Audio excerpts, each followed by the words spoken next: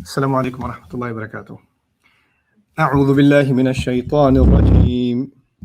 وجاء إخوة يوسف فدخلوا عليه فعرفهم وهم له منكرون. ولما جهزهم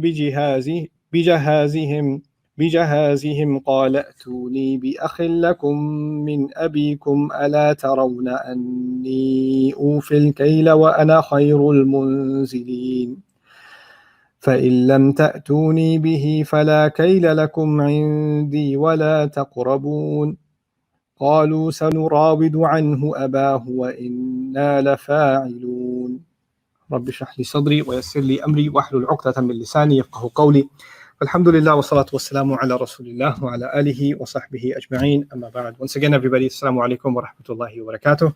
So today my agenda is to try to share with you some things that I've learned about ayahs number 58, 59, 60, and 61 of Surah Yusuf. So let me kind of set the scene. It's been a few days since we continued the story, so I want to kind of get you back up to speed of what we've talked about so far before we carry forward. So Yusuf alayhi salam has come out of prison. His innocence has been proven. He has now been made the minister of the country, and from the language of the Quran, and then from the details found in the Bible, but really really from the language of the Quran, it's clear that Yusuf alayhi salam is the primary authority in the country, and there's a ceremonial king that's there, but really he's running the country now. And he has absolute authority wherever he goes, and he can set whatever rules he wants, change whatever rules he wants. He's the most powerful man in Egypt. Okay, so he's, for all practical purposes, running the entire nation. That's the last thing that's happened. Allah made a couple of comments in the previous ayat. So the ayat before 56 and 57 were comments from Allah. We talked about that before. So the story didn't continue in 56 and 57. That was an interjection from Allah. And now we're back into the story. Now I'm going to translate. You guys know that I usually don't do 4 ayat in one lecture. Usually it's 1 ayat, 2 ayat, and we take quite a bit of time to cover the span of that subject matter. But these ayat really are one piece of information, so it's kind of more coherent to talk about them together. When I translate all of it first, I'm going to go phrase by phrase and translate it. Then I'll kind of summarize what's going on in this scene, and then we'll go into it in some detail. Okay, so let's get started. وَجَاءَ إِخْوَةُ يُوسُفَ, and the brothers of Yusuf came, فَدَخَلُوا عَلَيْهِ, and they entered upon him, meaning they came into his court, فَعَرَفَهُمْ, then he recognized them, وَهُمْ لَهُ مُنْكِرُونَ, and they were completely oblivious of him. They didn't recognize him, he recognized them. وَلَمَّا جَهَّزَهُمْ بِجَهَازِهِمْ, and when he finally loaded them on with their supplies to travel back with, so they came clearly for food supplies, and he loaded those on for them. قَالَ أَتُونِي بِأَخٍ لَكُمْ, he said, meaning Yusuf said, bring me a brother that you have. Bring me a brother that you have. Min abikum, from your father. That's weird. Sounds weird in English. We'll have to explain that. Bring me a brother that you have from your father. أَلَا تَرَوْنَ أَنِّي أُوفِي الْكَيْلَ وَأَنَا خَيْرُ الْمُنْزِلِينَ. Don't you see that I fulfill the weight completely? I give complete weight, meaning I give you exactly what you paid for. I don't shortchange you even 1 grain of rice, or wheat or anything else. وَأَنَا خَيْرُ الْمُنْزِلِينَ, and I am the best of any you'll ever find to show hospitality. I'm the most hospitable of all people. فَإِن لَمْ تَأْتُونِي بِهِ, and if you don't bring him to me, that brother that you have, فَلَا كَيْلَ لَكُمْ عِنْدِي, then you are not going to find any weight with me, which means you're not going to be able to purchase any more food from me ever again. وَلَا تَقْرَبُونَ, and don't even come near me. This can be translated in 2 ways: don't come near me, or you will not be coming near me. Those are the 2 ways you can look at وَلَا تَقْرَبُونَ. قَالُوا سَنُرَابِدُ عَنْهُ أَبَاهُ وَإِنَّا لَفَاعِلُونَ. They responded, now the brothers are saying this back to him, they say, we will pull him away we will get our father to give him up to us. We will have our father give him to us, and we will absolutely get this done. وَإِنَّا لَفَاعِلُونَ. Okay? So that's the piece that we're going to talk about today, these ayat. They seem fairly straightforward, but let's get into what's behind the scenes here, and the things that are omitted in the Quran deliberately by Allah Azza wa Jal. First and foremost, if you study the biblical version of this, you're going to find that Yusuf alayhi salam did interpret the same as the Quran, 7 years good, 7 years bad. Yeah.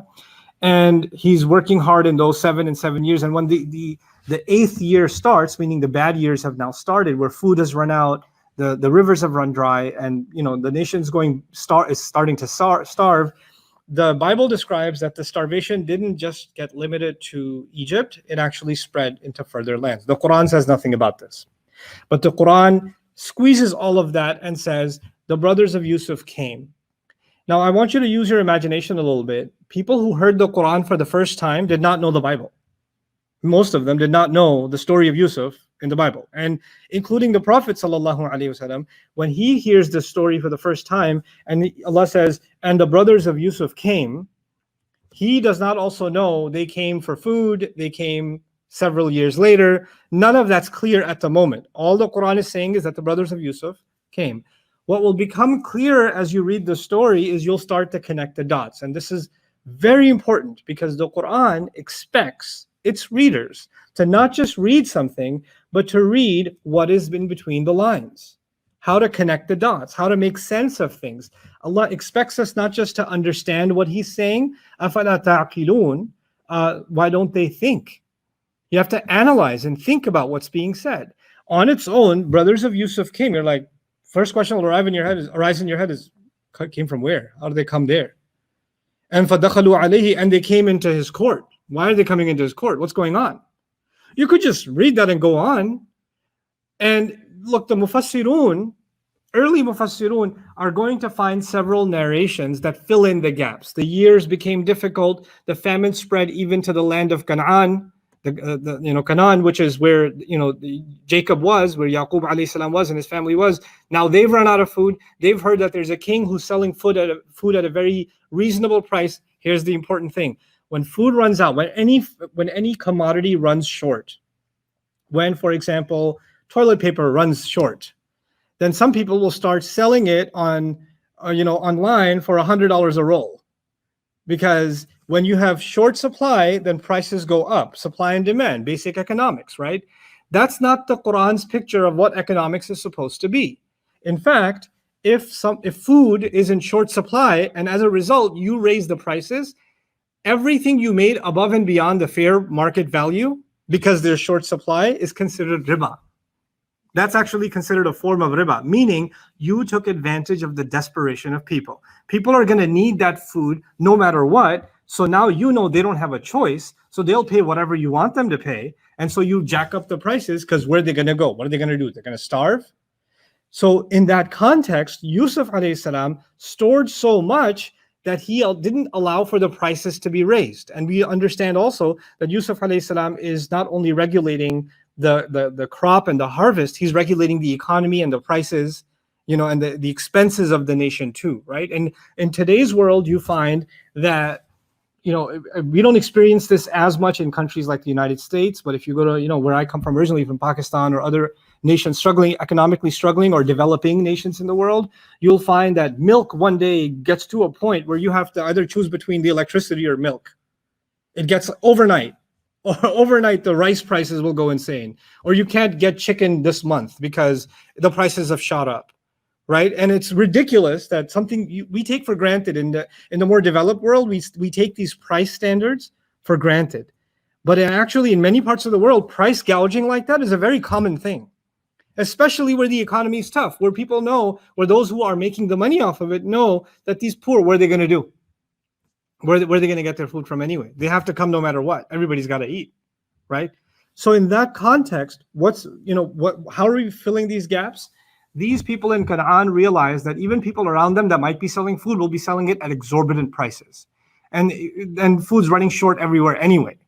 But we've heard of a king in neighboring Egypt who's actually, or a minister and their administration that's giving food at fair prices still. We can actually afford to get food there and survive the storm. So the brothers of Yusuf come looking for that food. Now, how do you fill in those blanks just reading this? You don't. You have to read on. You have to read on, and later on you'll see, when he loaded them with their supplies, then he said, Kail. Kail means weight. Awful kaila idha kiltum. The scale, one side of the scale is weights, the ancient scales. They had weights on one side and the whatever thing you're buying on the other side, and it has to be completely straight for those two things to even out. And that means this is worth 2 kilos or 2 pounds or whatever the unit is, right? That's the side that you're getting the food, the item you're buying, that's called the kail, right? And it's usually for food items. Typically it's for food items. It can be used for jewelry and other things too, but typically kail is used in the sense of food when people are buying every day, right? And what they do sometimes, Allah says, وَزِنُوا بِالْقِسْطَاسِ الْمُسْتَقِيمِ أَوْفُوا الْكَيْلَ إِذَا كِلْتُمْ وَزِنُوا بِالْقِسْطَاسِ الْمُسْتَقِيمِ. Fulfill the scale, and when you weigh, make sure the scale is standing straight. Why? Because the shopkeeper could tilt it just a little bit, and he can give you 2% less than what you paid for, or 3 or 4% less than what you paid for. Margin of error. And you say, that's not straight. No, that's perfectly straight. You're crooked. Your neck is like that. Just straighten yourself. So people can do that, right? They can cheat you just a little bit. لا تبخسوا الناس أشياءهم. This is a concept in the Quran. So here he says, Yusuf is going to say, there's a brother of yours I want you to bring, which I haven't explained where that's coming from, but I will. And don't you know that I give the scale fully? And so there's lots of pieces here that don't become very obvious without analysis. Yeah, you're forced to think about this. And that's one of the things I love about the Quran. Allah expects from his believers, from his faithful that study his scripture, that read and try to understand, that they should become people of thought and analysis. They should become that way. Because the Quran deliberately, if Allah wanted, he could have spelled out, it's been 8 years. They're starving. Therefore, the Father sent them. And they came looking for food, for reasonable pricing. And all. He didn't spell any of that out. Why? Because he expects his believers to be thinkers, to understand things, to fill in the gaps. He expects this from us. This is part of aql. That's why we don't just take things at surface value. We analyze them. We think about them. And this is a tradition. If you study early on, the opinions that came, that ranged, because not everybody had access to the biblical background. This is a very famous biblical story, but that doesn't mean the Muslim world knows about it as well. And even the Christians and Jews in Arabia were a strand of Judaism and Christianity who had their own variations of this story. So it's not like if you can open up the King James Bible now or the Old Testament now and you read a version of this story is what they had back then. It's not that. So there's all kinds of things. If it is circulating, it's circulating in varieties. And the Quran's actually making it clear that the story isn't very well known either. So what's the Quran then doing? By not giving all those details, making us thinkers, having us wonder. Now this is ayatul lis-sa'ilin. These are ayat earlier on the surah in Yusuf and his brothers. There are ayat for people who ask questions, right? So he's forcing us to ask these questions. That's literally what he's done. So instead of this being a criticism of the Quran, that the Quran didn't spell things out, is actually one of the remarkable features of the Quran, that it makes us question and makes us fill in those blanks that Allah Azza wa Jal wants us to ponder over, to make sense of things. And he'll give us enough he'll give us the pillars and we can build a building ourselves. That's what he does often. Okay. So the other interesting thing is several years have gone by and all you see in the Quran is wa ja'a ikhwatu Yusuf, and Yusuf's brothers finally came, or just came. The word "and" in English means I had lunch and then I had a nap and then I had dinner and then I had another nap and then I ate a cake and then I had, and means soon after. And, but in the Quran's language, and can be 8 years ago and 8 years later. You understand? So a lot of times when you guys read "and," first of all, you're told in school when you see "and" in the beginning of a sentence, it's bad English. You shouldn't use "and" in the beginning of a sentence.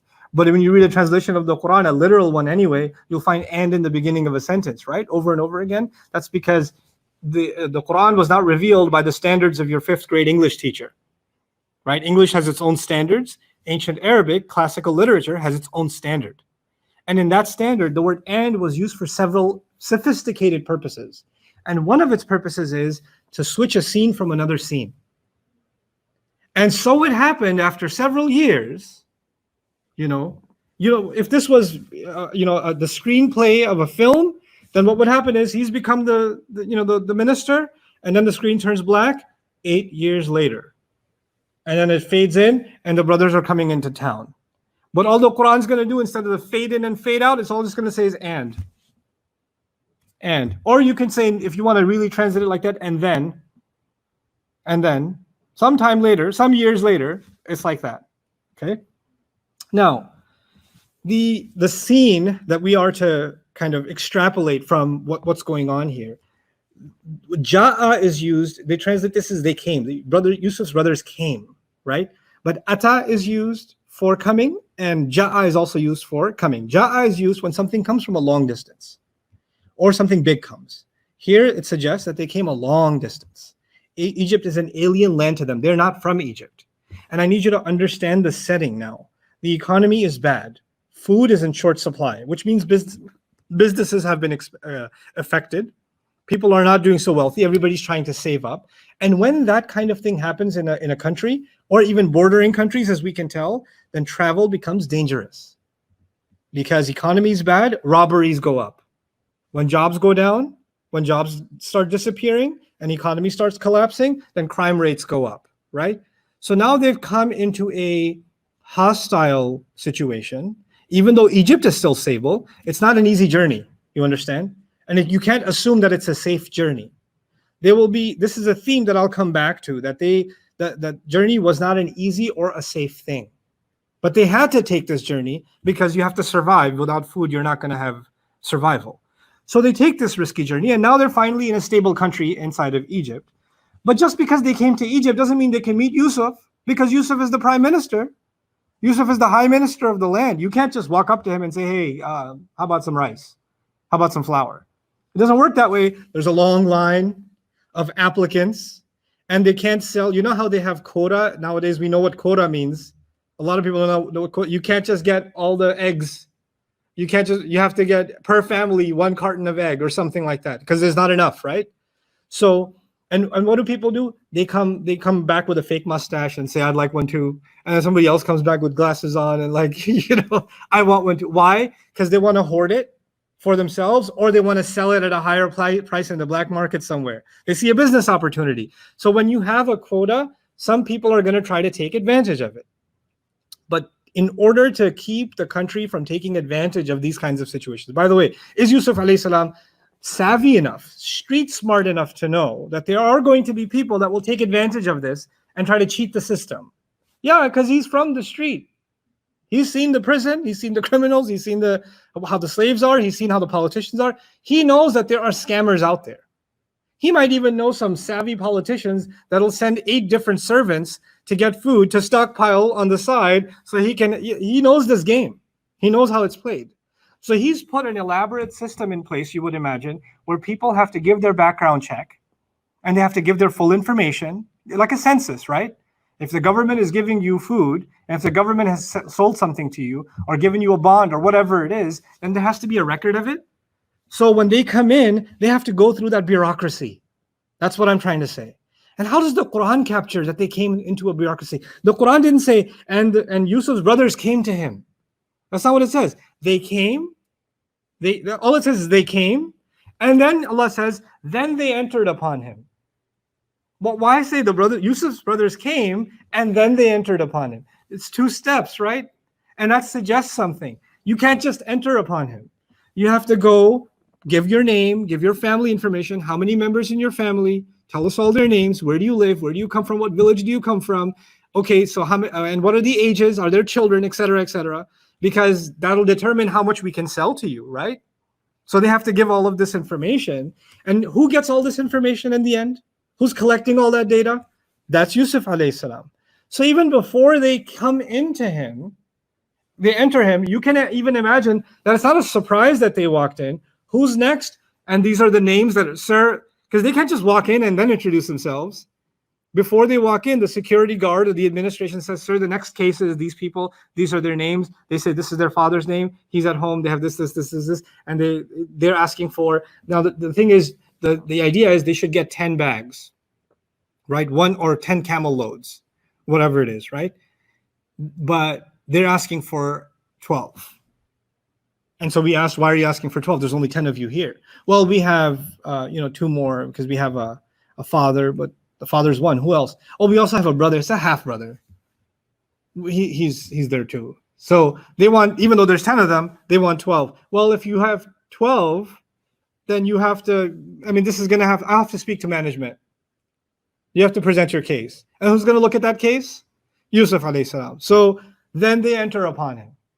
So that could be one plausible way. I'm not saying this is exactly what happened, but that's one plausible reading of what's going on here before they come into the court and they stand in front of Yusuf alayhi salam. And he's already, when he sees these names, obviously he recognizes these names, right? And even if you skip all of that and say, no, he didn't see the names, no, there was no record, there was no census, there was nothing else. I'll tell you why I'm coming to this census and this data collection and this investigative process theory. First of all, it only makes sense for a smart administration to do that. He can't just be handing out food to anybody who comes and asks, especially in a corrupt society. And nobody knows Egypt has corruption better than Yusuf alayhi salam. So he knows that. And he also knows neighbors are corrupt because he came from a family that had brothers that were corrupt. And then there were people that were selling human beings as slaves, and he's experienced that. So he knows people want to make a quick buck. He knows all that stuff. So he would put things in place. And when he said, give me the treasury of the land, I will guard it, you would imagine he would put safeguards in place. And he would know what he's doing. So which is why it leads me to this sort of analysis. This is not so much discussed in classical tafsir, but I am confident in this view of things. Also because I discussed it with my great friend Suhaib, and he seems to see reason in it too. It makes logical sense, this kind of a reading. Anyway, so now the thing is, they come into the court, and they're nervous because if you're not able to prove that there's 12 of you, and you asked for 12 bags, then not only do you not get 12, there may be a criminal case against you because you tried to misrepresent to the government. You know, when you fill out government forms, there's a check mark and a waiver you have to sign with very small print. And part of that is, if you're lying to us, we're going to throw you in jail. Sign here, right? Perjury, under the threat of prosecution or perjury. If you are perjuring yourself, if you're lying, then you may be thrown into jail, or you may have criminal proceedings against you, or fines, or whatever else. So now they're nervous as they're walking in. They're scared as they're walking in. So that's from their point of view. So I'm going to try to, as I discuss this ayah with you, I'm going to try to share kind of the human element of what's going on. I want you to kind of be in the room with me when they're coming in. So they're like, are we in trouble? Are we going to have to? And then they walk in, and he sees their faces one by one. And he's sitting up on the administrative throne. And they're walking in, and they're probably avoiding even eye contact, right? They're not even... like, or they're looking up, Your Highness, and they're kind of half ruku, kind of just walking in. And as they're there to present their case, because, you know, nobody goes to court and stands in front of a judge not nervous. That's a nerve-wracking type of situation, right?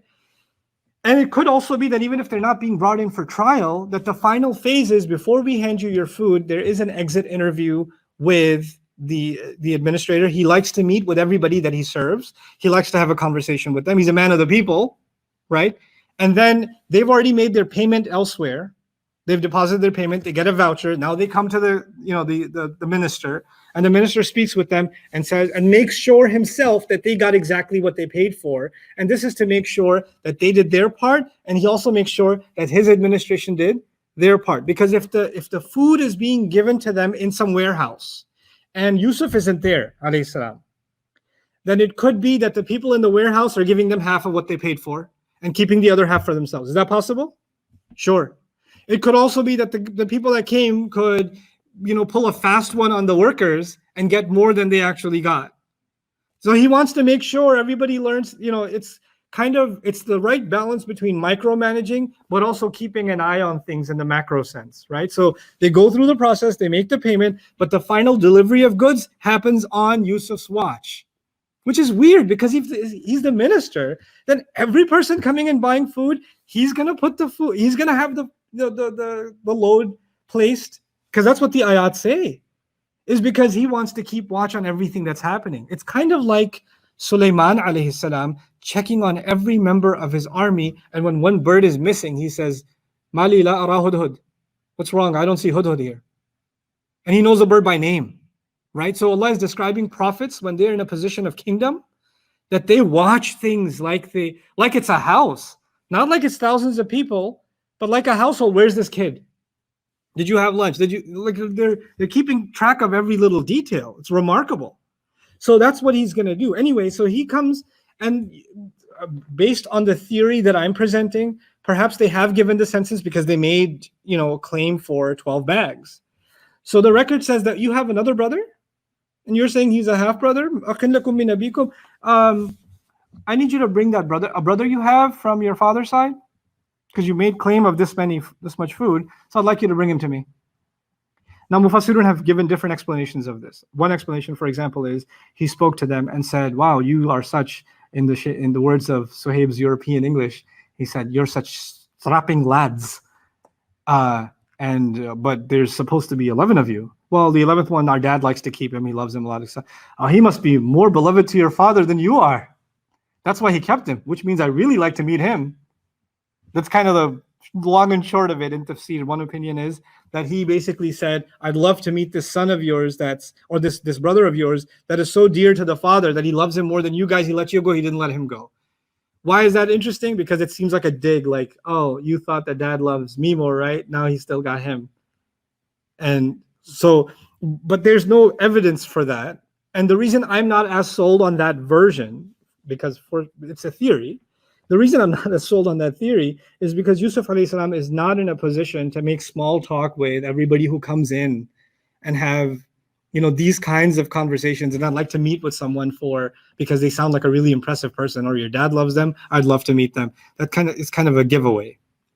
Another theory, however, that is possible. So one theory is because of the census and information, he's saying, I need to verify. I'm not so sure that you have a brother or not, but since you're saying it, I'm willing to believe you. So I'll let you go.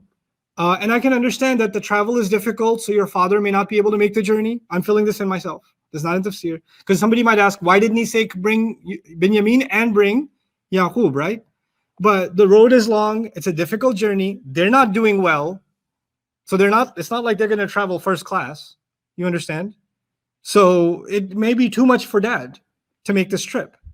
And he knows how they are with dad. And if they're with dad like that and make his life miserable at home, how are they going to be with him on the road? So he's not going to put dad in that position. But he does want the brother to come. Then somebody would ask, but later on he called for the dad. Well, was the travel okay then? Well, that makes sense because later on, the cat's out of the bag. He let everybody know. He let them know, by the way, I'm Yusuf. And now you're going to bring dad to me. But when he sends for dad now, he's going to send an official convoy. He's going to send a motorcade. He's the minister, and that's the minister's father. So he's not going to travel on no donkey back to Egypt. You understand? Now he's going to come on an official, and the ride's going to be comfortable, and he's going to be taken care of. And that's the setup for the father to come. But that's later on. And obviously, you don't imagine, as I'm getting ahead of myself, but later in the story, Yaqub alayhi salam finally came back to Egypt. Rafa'a abawayhi al-arsh. He put his parents on the throne. They didn't get off a mule and get on a throne. Right? They were given a royal welcome and then got on the throne. That makes far more sense for the prime minister of Egypt. Right? So that's the reading of it. But anyway, coming back to this. He says to them, bring me a brother that you have from your father. From your father means from lineage. Because he and Yusuf and Binyamin are from the same mom, but they are from different moms, the other brothers. And they're not all from one mom. They're all from different moms too. But the mom that he shares is with Binyamin, with the youngest brother. And maybe through census, they said, yeah, we have a half brother. Oh, so he is your brother, but only through your father. Right? So bring me that brother you have through your father, min abikum, from your father's side. From your father can also mean, bring me the brother from your father, meaning he's with your father, so get him from your dad and bring him to me. Or because they may have said, well, dad's not going to let him go. We couldn't bring him because our father doesn't trust us with him, which kind of makes sense, right? So he said, well, if you want this case to be resolved, you're going to bring him from your father to me. Min abikum. Now, the other reading of this, if you don't accept this theory of the census and they gave the name and information to get the bags, which is to me the most plausible, but if you don't accept that, one way to read this also is they came in and Yusuf alayhi salam said, don't you have a brother from your father's side? You want to bring him? And they must have been, what did he say? How does he know about our family? How does he have this intelligence? And they would get so intimidated that the prime minister of Egypt has some kind of CIA reach where he even knows about who's in our family and what if they're half brother or full brother, and that's a way of intimidating them, isn't it? Because they would hear that and wonder, where did that come from? Either they told him and now he's repeating it, right? Or they told the administration and he's repeating it, or he's saying it without being told. Those are the only two ways to read it. Okay, I prefer the first, and the rationale behind it is not that small talk happened and they started talking about their family. To me, a more plausible rationale is they had to justify why they want this many bags. So they had to say the number of members of the family and their identities. Because you can't just say, we have 15. Well, what are their names? How are they related to you? Who else is there? Oh, well, these are, because Yaqub alayhi salam has more than one wife. So they have to give their mom's names, right? So they have to do, or she was there. They have to give, and who passed away and who's still alive. They have to give that information in order to get the food that they want. One bag doesn't mean one person. One bag is per family unit, possibly. Okay, or maybe even per person. So now he says, "Ala tarawna anni ufil kayl?" Don't you see that I am absolutely fair? In other words, if you are telling the truth, I will give you that extra bag. Don't you see that I gave you exactly the measure? I did it myself. I made sure that you get exactly what you deserve, what you paid for. And I did not raise the prices on you. You guys know the prices in your own country, and that's why you're here. Do you not see that? Well, I'm letting you know that this is not me trying to intimidate you. This is what justice demands. And then he says, وَأَنَا خَيْرُ الْمُنزِلِينَ. And I am the best of all those who show hospitality, meaning the road to here was dangerous. Remember I referred to that? But when you came here, I provided safe housing for all the guests that have come from abroad to purchase food. I made sure that they're safe. I made sure that they're provided breakfast and lunch and dinner, and their meetings are held in, with respect. They're not treated like immigrants that are dirty, or get in this line, or whatever. He knows what it feels like to be a foreigner and be treated like dirt. He knows what it's like to be treated like a slave, like a nobody, because you don't have money or because you're in need. He knows that. So what does he do? In this ayah he's describing, I have made sure that when people come here looking for food, I provide them the Hilton Executive Suite. I make sure that they're treated with respect. He's treating them as, like Aisha radiallahu anha said that when she gives sadaqah, she puts perfume on it, right? He sees people that come in need, even though they're going to buy. They're going to buy, but this buying is actually even charity because nobody else is selling to them. And he doesn't have to sell them to them. He can keep it for his own country. He could keep it for his own people, but he's giving it to these people at fair prices. And he's doing that as a remarkable gesture of how he wants to honor those in need, because those in need are guests of Allah. Right? So don't you see that I take care of people? Have I not been good to you? So it's incredible that the highest governmental figure is not telling you, you better do this. Do you know who I am? Do you know who you're talking to?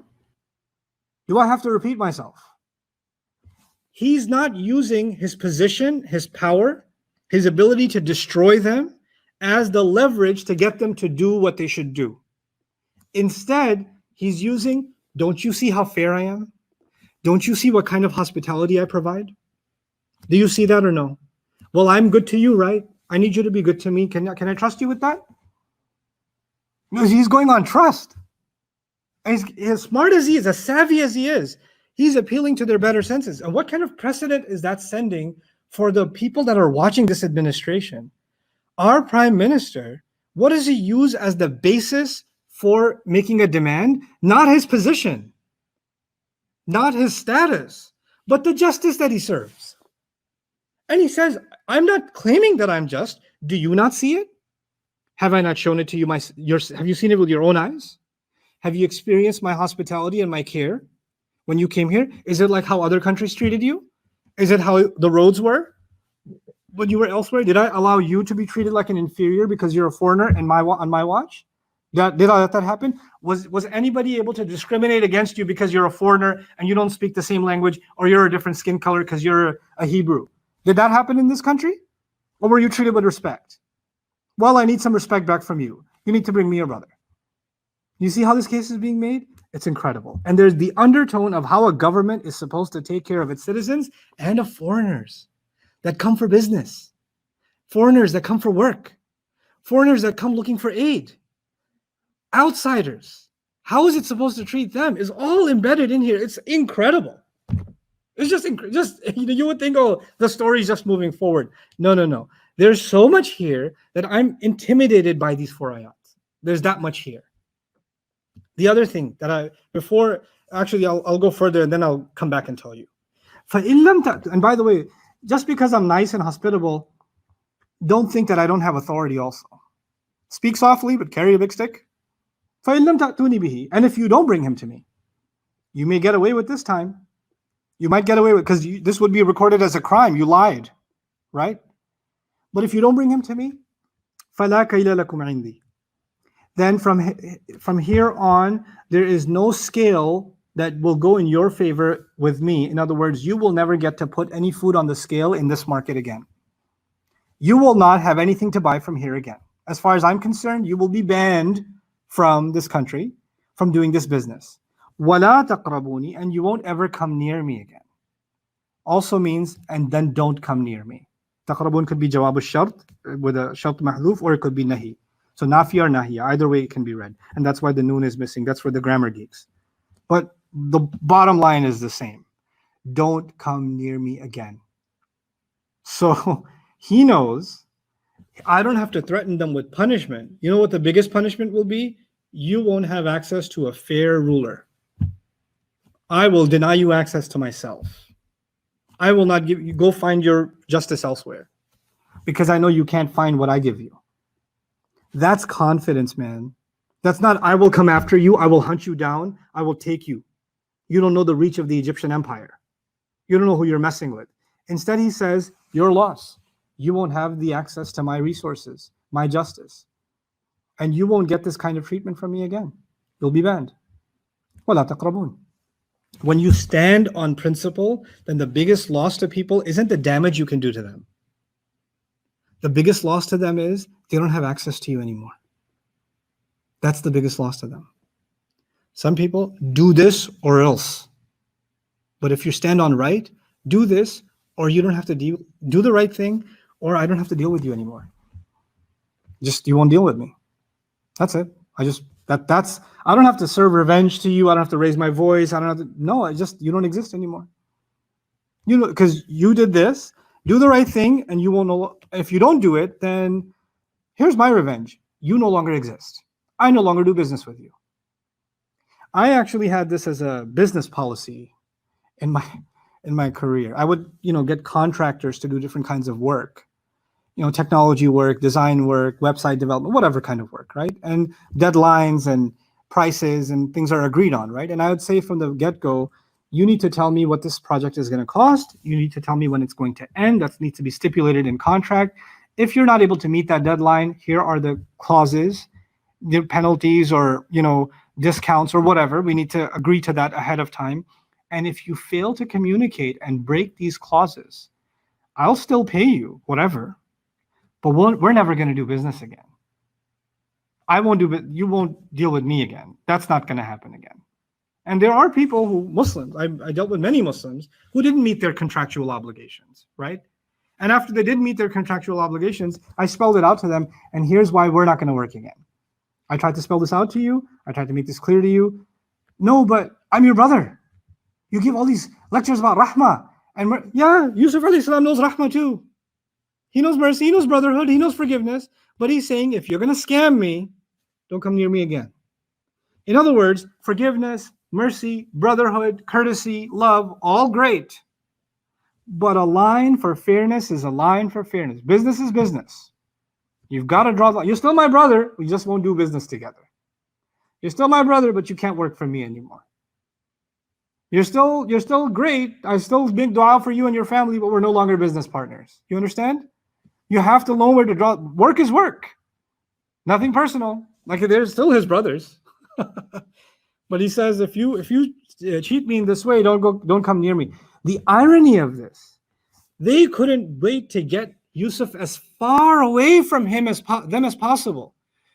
They said, "Itrahu ardan," take him to some faraway land. And now Yusuf says, don't come near me. They want to be close to him. It's flipped. They're begging to be close to him, and he's saying, you mess with me, you're never going to come near me again. You see how Allah has flipped it, completely changed the tide? Now, فَإِن لَمْ تَأْتُونِي فَلَا كَيْلَ لَكُمْ عِنْدِي وَلَا تَقْرَبُونَ قَالُوا. This is the last of the ayat, and then I'll go back to the most important thing that I did not share with you. I held back from that, but let me share this with you. They said, now what did they say?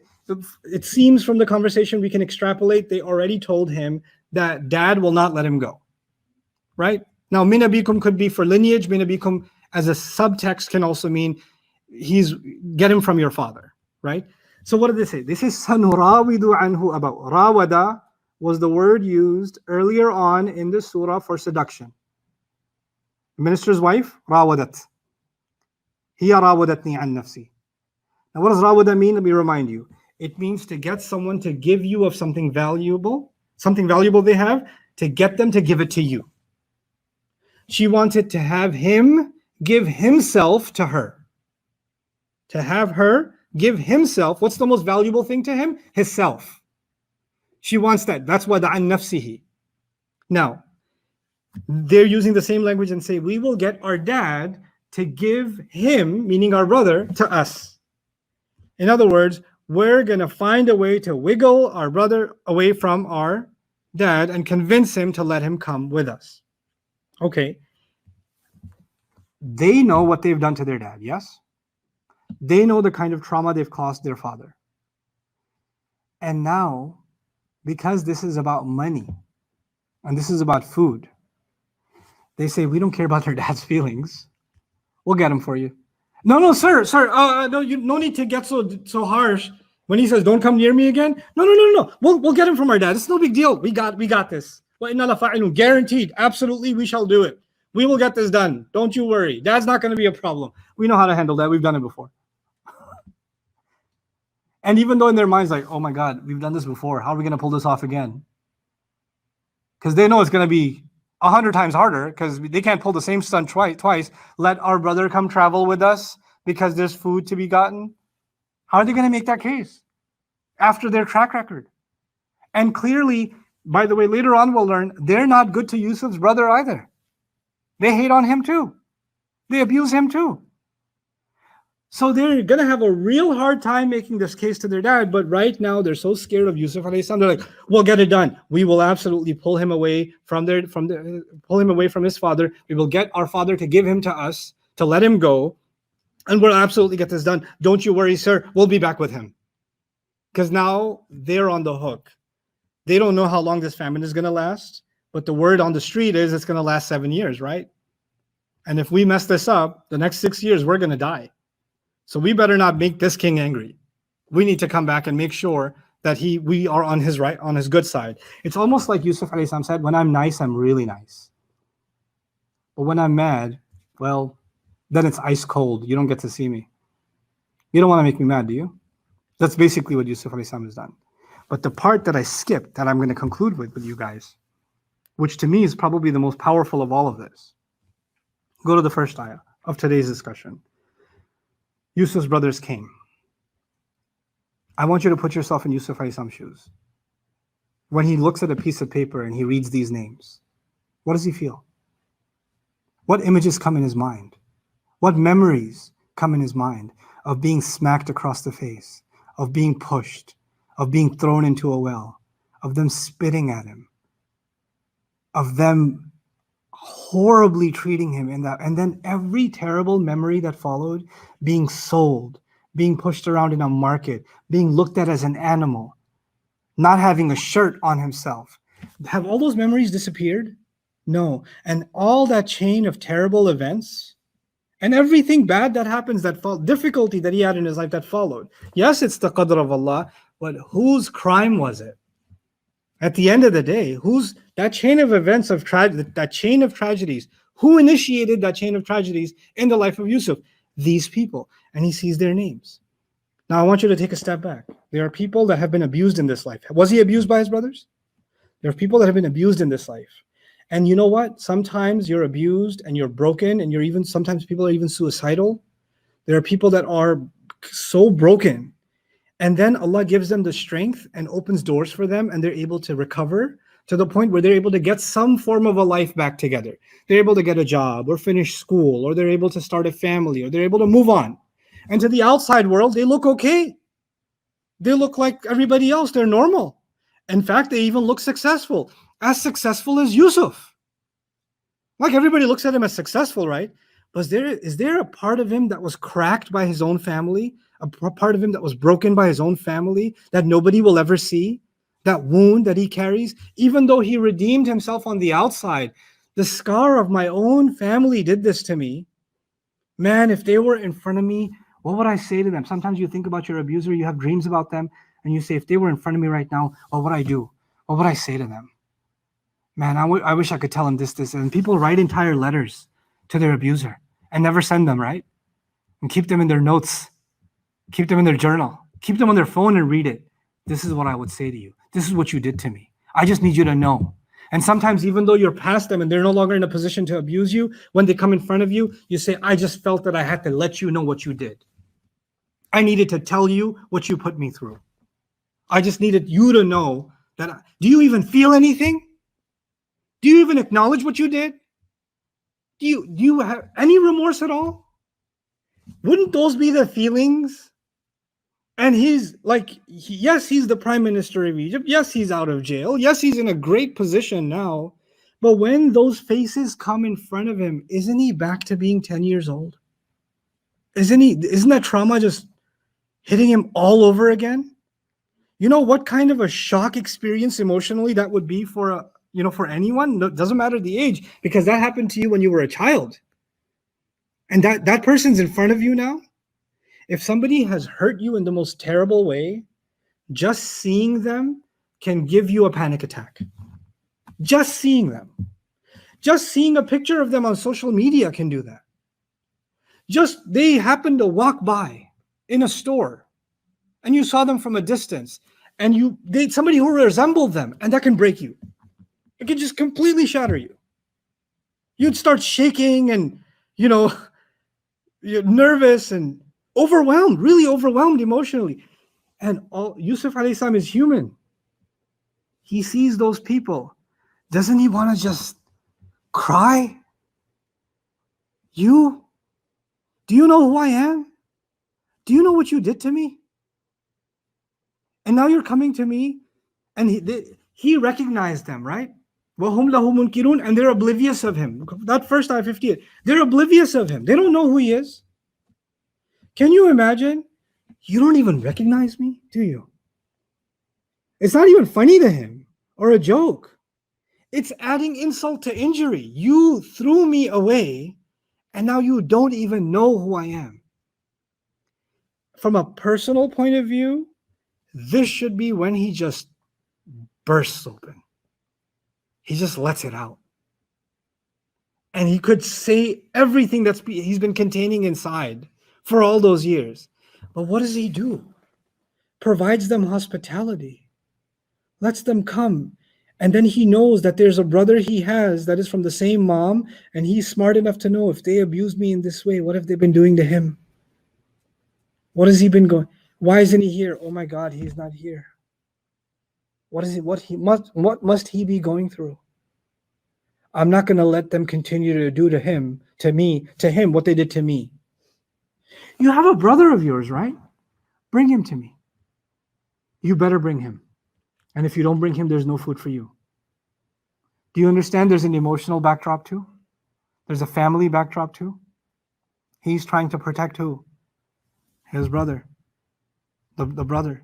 You don't know what stunt they can pull. They can go back and say, well, they said that we couldn't prove it. We could just say he died. Right? You see what you did? Because you exist, we got in trouble. Can't they flip anything? If they can flip it on Yusuf alayhi salam, he needs to protect his brother, even though he has his baby brother, even though he hasn't seen him forever. So he puts this in place to get his brother back. But the remarkable thing about all of this is, and one thing, may Allah grant all of us Jannah by His love and mercy. One thing I want to go ask Yusuf alayhi salam in Jannah is, how did you hold it in? How did you see that and keep your composure? Because he's in this position where he has to keep his composure, right? And he has to keep it together because of him, the country is keeping it together. If he breaks down emotionally, the country collapses. You understand that? There's so much riding on him that he has to maintain his composure. And Allah gave him the strength to do that because he understood, he internalized something. My emotions, my feelings, and my needs to find redemption are not bigger than the needs of that many people. And as bad as they were to me, they don't deserve to starve to death, even though they believed I deserve to starve and die inside of a well. I don't believe that about them. Not your turn. Haven't I been good to you? Haven't I? Now, with that background in mind, read these ayat again. And when you hear the words, we're going to try to get our brother from him, from our dad, wouldn't that trigger him? Because they tried to get him from dad, right? And he has to literally hold tears in when he's seeing them, what he must have felt that moment, what he must have felt when he was loading their bags and watching them leave, what he had to keep inside.